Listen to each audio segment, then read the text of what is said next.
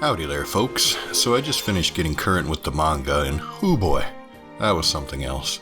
This video is going to be pretty dense since we have so much to talk about. We're roughly covering chapters 32 through 71, so if you haven't read the manga or watched the previous video, I suggest you do that first. There are planet-sized spoilers in this, I'm serious. Turn back now. No stone will be left unturned. I'll be referring to the gems as he's this time, since one of you fine folks pointed out that they use masculine pronouns in the manga. Fun fact, the official English version dodges the issue entirely by not using any pronouns at all. But that's not what we're doing here today. Oh no. Everything's gonna be super macho, brother!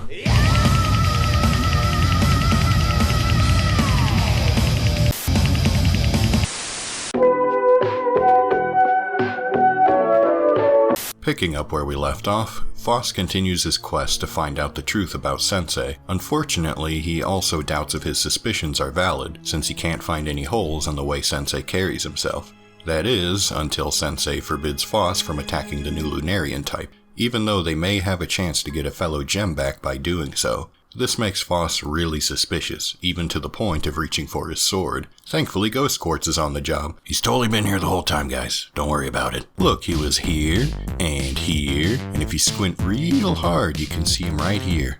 When things go south, Phos hesitates to save Ghost, just to see what Sensei will do. When he sees that Sensei chucks pieces of himself like friggin' ballistic missiles at the enemy, this results in Phos doubting himself even more. If Sensei had something to hide, why would he be so self-sacrificing towards someone who could potentially expose him? Add in the fact that Ghost praises Phos for his attempt at saving him, and Phos's guilt complex gets so much worse. Think about it, he's unwell because he let a friend get taken from him in the first place. How much worse would it be if he actually allowed this to happen? Phos has now become the one who hurts others by keeping secrets. We all thought his life couldn't get any more difficult, but ooh lad, this is just the tip of the ice floe. Ghost offers to team up and says he'll help Phos with anything. He considers having him join the Sensei search, but realizes that it's irresponsible to keep getting people involved in his crap. Instead, they work together like any old gem unit. And Phos sees that Ghost holds a lot of the same insecurities he once did. Ghost wants to be less of a burden and get smarter. Clearly, the quickest way into Phos's heart is to admit you're a dingus. Soon enough, some moon dudes appear and Phos's vicious cycle begins. He rushes right into battle in search of clues about the Lunarians and gets blasted, which results in yet another comrade suffering for him. Well, that was fast. Y'all officially teamed up just last chapter, and I thought Antark got axed quickly. That must be a new record. Good job, Phos. Enter Cairngorm, the innermost being of Ghost Quartz. Picture this, Phos just lost another partner, and now he's paired up with another aspect of said partner, who looks just like Antarcticite. You can guess how this is gonna go. Phos's every weakness is present, and to make things worse, he's begun to believe that his search for answers about Sensei and the Lunarians, the thing that keeps him going, may be a bad idea. It's no surprise then that he literally explodes. Poor Phos. After that, Phos can no longer hide his fragile mental state. Cairngorm generously offers to be a support for him, but Phos knows he's always had a dependency problem, and that he saw Cairngorm as Antarcticite because he wanted to. Phos puts on a smile and vows to hide away his suspicions and anxiety until the time is right. Every time he seems chipper, he's really just acting, something we humans do all too often. Considering he still confuses Gormy for Antark, it's clear that he won't be able to suppress his feelings forever. Eventually, the game board Lunarian shows up, and Phos gets wrecked. Again. While he's falling to pieces, he sees an image of Cinnabar saying, "You have nothing but thoughts that lead nowhere." Phos's suspicions about Sensei and the Moon Boys haven't done him or anyone else any favors, and his original mission to find a fun job for Cinnabar is nowhere in sight. He's doing the exact opposite of sitting around like he used to, but the end result is still the same. Nothing changes, and his friends get hurt.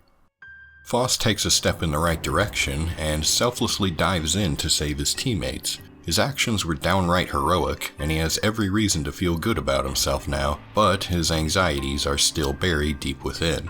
Maybe he can enjoy this victory, just a little. Soon enough, he ends up playing the same role that Ghost did. He saves Cairngorm, but loses his own head in the process.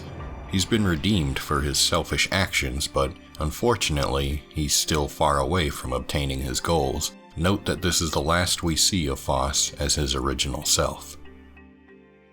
He had no idea what else he could possibly do other than follow Sensei around and probe the Lunarians for clues, so he settled into a routine of doing the same thing over and over, expecting something to change. Did I ever tell you the definition of insanity? If Phos is going to get what he wants, he's going to have to muster up some more of that courage he was talking about before, and come up with a completely new approach. It works the same way in real life. If you want to get things done, you have to push yourself outside of your comfort zone. And like us folks in the real world, Phos is able to understand this and still sit there waiting, wondering, what do I do? Unfortunately, people tend to prefer an uncomfortable routine over any sort of risk, even if that routine is actually slowly ruining everything. These chapters also present a parallel to what it's like to live with an anxiety disorder, fighting the same battles over and over until you break, feeling trapped in an endless cycle of getting up and being put back down, trying to push your thoughts away but always being reminded of them, having constant lapses in memory, and being too caught up in what's going on in your own mind to realize how you may be perpetuating your own suffering.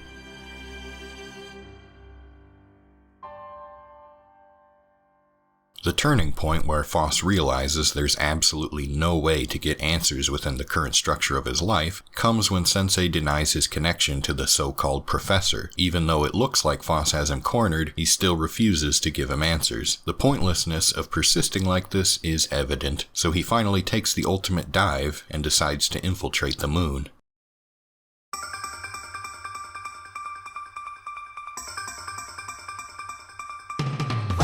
We're here, boys, the glorious moon. Now Big Phos can take back everything he lost from the vile space folks, who actually seem kinda chill, and I'd probably enjoy hanging out with them. Rip and tear anyway! Heck, I'd be pissed too if I was fruitlessly chasing clues just to find out that my worst enemies don't actually speak flute.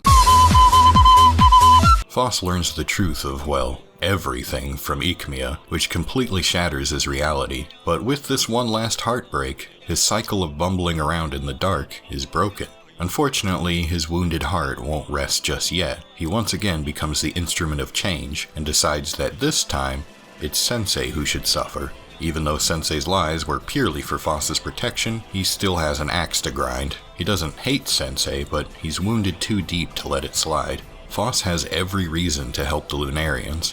He can potentially bring back the lost gems, most of them at least, cure Cinnabar's poison, fix Paparaja, enlighten the other gems as to the truth, and ruin Sensei's day all at the same time. How could he resist? Phos hatches his dastardly plan to take the others away from Sensei and hops to it. He returns to a surprisingly warm welcome and starts sowing the seeds of mutiny among his peers. The emotional weaknesses of the other gems that we learned about earlier are his first targets. He starts with Rutiel's hopes of Paparaja being healed and continues down the line. He sees surprising success, but once he gets to Cinnabar, he gets an unexpected response. You see, Cinnabar is the smart one. He understands that Phos's actions are unfair to Sensei and refuses. If Phos really understood Cinnabar's personality, he should have seen this coming. Cinnabro is not a cynical bro. Despite his unfortunate circumstances, he adores Sensei. Phos may be projecting a bit if he thinks Cinnabar harbors some sort of contempt. That was never the case, and Phos just doesn't get that. As Phos and the others make their escape, he looks at the holes in Paparaja's chest and is reminded of the holes in his own mind. This makes him nervous for a moment, and he tells the others that they can turn back if they want. Phos is reflecting on his own poor mental state, and once again questioning if he can trust himself or not. After all, he's done what he said he wouldn't do earlier. He got others involved in his schemes again. He's right to be worried about this. By acting in everyone's best interest, he's unknowingly taken away Rutiel's purpose. As Diamond looks out at the land behind them, he sees the gems scrambling to get their family back. How could they possibly understand what was happening? What follows is just heartbreaking.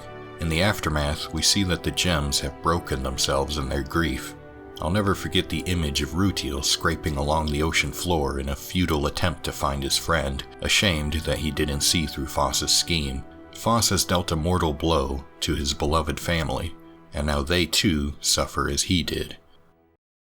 Phos appears to do these things for everyone's benefit, but the fact that he hadn't considered the feelings of those left behind, or negotiated with Ikmiya for the restoration of the gems prior to this, shows that his motivations, perhaps unwittingly, have a self-centered angle. Phos has put his own inquiries above the safety of his comrades once more, and his more self-centered aspects make a return. When he first started making himself useful at the beginning of the story, all he wanted to do was help Cinnabar, but now his motivations are a bit murkier, because it's hard to be interested in the struggles of others when you yourself are in pain.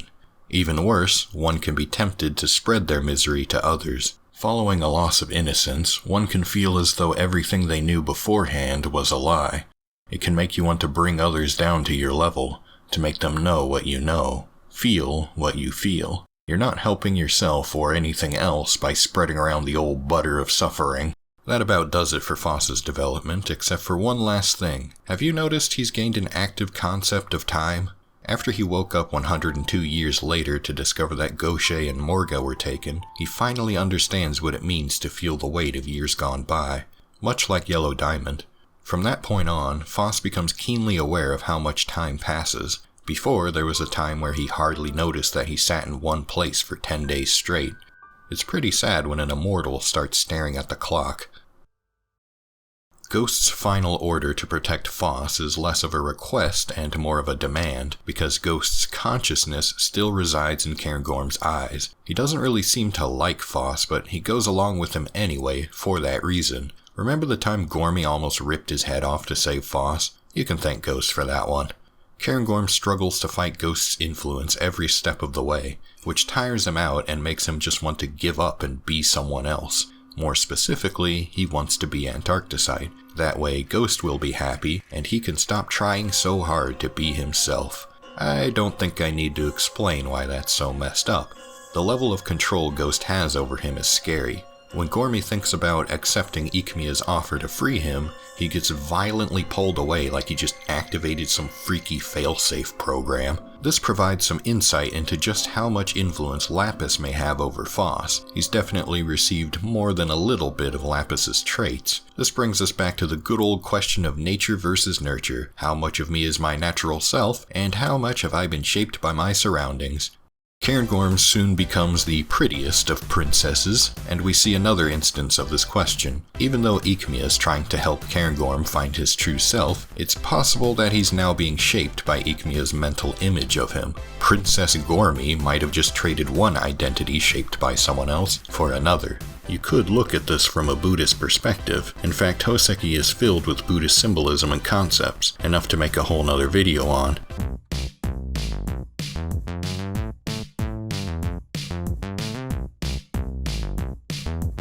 One concept that applies to Gormy and Phos is the idea that people do not have a singular self. Our identities and the way we perceive ourselves are fluid. To hold on to a singular idea of yourself is considered delusion. Embracing the ever-changing nature of who you are is one part of achieving enlightenment. This idea could potentially paint Gormy and Phos's transformations in a much more positive light. In a way, it's like they never lost anything in the first place. Now here's the big moment. Euclase asks Phos if he'll come back to them, stating that they need him in their future. This reestablishes the fact that Phos is the ultimate force that brings change. When they told him, "You are our hope," they weren't kidding. As I said before, staying in your comfort zone is how you stagnate. In Houseki, where the entire world is a never-ending, delightful but stagnant limbo itself, all it took to send everyone out of their comfort zones was for one little gem to take a different path. Changing yourself has a tendency to change the world around you, for better or worse. Phos shook everything up by betraying Sensei, which means that the entire structure of everyone's lives has shifted. Everyone lost some measure of innocence, but now they all have an opportunity to build a new life. A better one. Because one way or another, that's what everyone's working toward. So what can we learn from all of this, and how can we apply it to our own lives?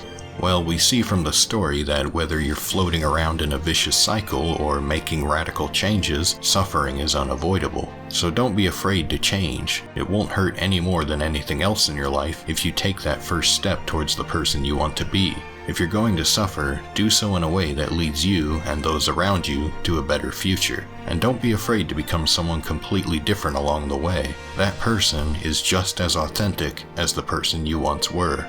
People are malleable, we're built for change, so keep on changing, refining yourself each and every time into a better version of you. And then, change some more. Because you can be so much more than the sum of your scars.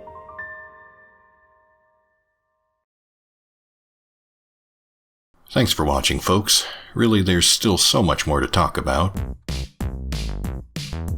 But hopefully I've shown you just how Houseki no Kuni is such a wonderful distillation of life itself. It boils everything down into its purest form and explores the core of what it's like to be alive, changing with the seasons through all of life's challenges. Phos has come a long way from where he began, and he's practically a different person now, but maybe that's not such a bad thing.